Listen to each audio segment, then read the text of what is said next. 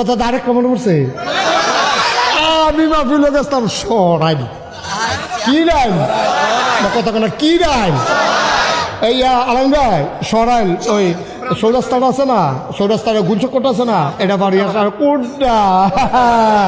কেমন তাই নেই এই কুড্ডা হ্যাঁ শোনো কুড্ডা গেছি মাহফিল গিয়ে আসা গাছ দেখি যে যারা নির্বাচন করবো কয়েকজন মাহফিল আইসে আজ কোন হুজুরের মাহফিল আইসো টার পাইও সারা তারা তো নির্বাচনের প্রার্থী বইয়া রয়েছে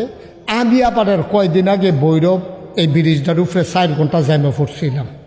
জ্যামটা লাগে কেড়ে এই যে এই যে সরাইল যে বিশ্ব রোড এটার সাইডগুল দিয়ে গাঁথা হয়ে গেছে একটা ট্রাক যদি গাঁথাটা ফেরা জায়গা পিছিয়ে দিয়া ট্রাক হেগুল দেওয়া জায়গা ভৈরব হেগুল দেওয়া জায়গা মাধবপুর এই বাইদের জায়গাটা 10 ঘন্টা আসতে আয় আরে সবুজ গেঞ্জি হয় তোরা কিন্তু কালো গেঞ্জি বানাইলাম তোরা দাঁড়ে বয়া এই কালা গেঞ্জি দাঁড়ে বয়া এরকম করবো না উঠি করবো না তাহলে কিন্তু আমি উঠতে যাবো পরে সব গড়ে যাইব তোমার উপরে দিয়া বসা তে টানা দেয় কে মনে করছে সারা একজন হুনর লাগবো মাইদে দিয়া উঠতে এতে না সমস্যা না বসা তাই আনন্দ করো তা আমি গেছিলাম সরাইল কি রাইল না মাহফিল গিয়াছিরা আমি যে দেখলাম যে কয়েকজন আছে তারা রিজি গেলাম আপনারা কি ইয়া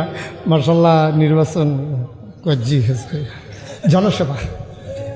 তাই আমি এত জনসেবা করতেন মনটায় কয় তা আমি দি বৈরব ব্রিজের ভিতরে 5 ঘন্টা জামো ফইরা লইলাম হেবলা কই আসলে হুজুর বুঝছি না তো কিতা কইলেন এটা আমি কি কিছু বুঝছেন না বৈরব চৌরাস্তা গুলচক্করটার মধ্যে 5টা ট্রাক রাবিশ দিলে ট্রাকটা আর সাক্কাটা আটকায় না জ্যামটা আর ভৈরব যায় না মাধবপুর যায় না মানুষটি নিরিবিলি হেনটা জায়গাইতে পারে এতই যদি জনসেবা করার খেদমত থাহে মত থাহে তাহলে আপনার 5 জনে 5 ট্রাক করে 25 ট্রাক রাবিশ দিলে এই জায়গাটা তার জাম লাগে না হেইটা পারেন না জনসেবা করতে নাইছেন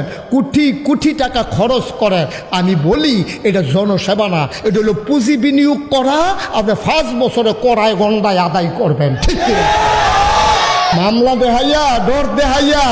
এই মুসলমানটারে দমাই লাইবা সেই দিন আর নাই দিন বদলাইছে বারবার ঘুঘু তুমি দান খেয়েছো এবার আর ছাড়া হবে না খাজনা ছাড়া ঠিক কিনা